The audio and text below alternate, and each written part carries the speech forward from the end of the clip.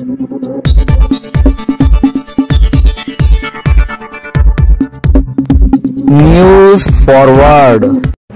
Forward channel मध्ये आपले स्वागत आहे।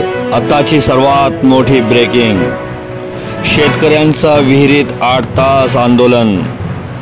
पहा न्यूज फॉरवर्डची सविस्तर रिपोर्ट। जालना नांदेड समृद्धी महामार्ग बाधित शेतकऱ्यांना रास्ता मावेजा द्यावा या मागणीसाठी शासनाकडून दिलेल्या आश्वासनाची पूर्तता होत नसल्याने संतप्त शेतकऱ्यांनी सोमवारी 8 तास विहिरीत आंदोलन केले।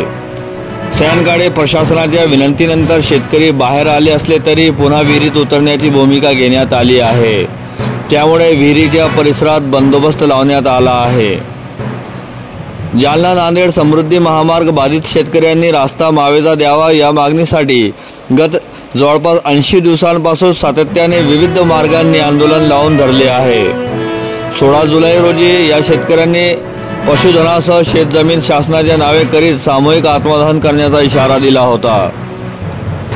त्यावेळी शासनाकडून मार्गदर्शन मागविणे आणि इतर आश्वासने दिल्यानंतर हे आंदोलन मागे घेण्यात आले होते। परंतु नंतर काळात प्रशासनाकडून काही शेतकऱ्यांची म्हणणे ऐकून न घेताच अवाढ अंतिम करण्यात आल्याचे शेतकऱ्यांच्या निदर्शनास आले। त्यात शासन प्रशासनाकडून दिलेल्या आश्वासनांची पूर्तता होत नसल्याचे दिसून आले। त्यामुळे संतप्त शेतकऱ्यांनी सोमवारी सकाळी 11 वाजता देवमूर्ती परिसरातील विहिरीत उतरून आंदोलन सुरू केले। सैनगाडे प्रशासकीय अधिकाऱ्यांच्या विनंतीनंतर 7:30 वाजण्याच्या सुमारास शेतकरी विहिरी बाहेर आले, परंतु ठोस आश्वासन न मिळाल्याने पुन्हा विहिरीत उड्या घेण्याची तयारी शेतकऱ्यांनी दर्शविली आहे। शेतकऱ्यांनी वन क्षेत्रातील एका विहिरीत उतरून आंदोलन सुरू केले होते। रात्री उशिरापर्यंत ठोस आश्वासन न मिळाल्याने आंदोलन सुरूच होते।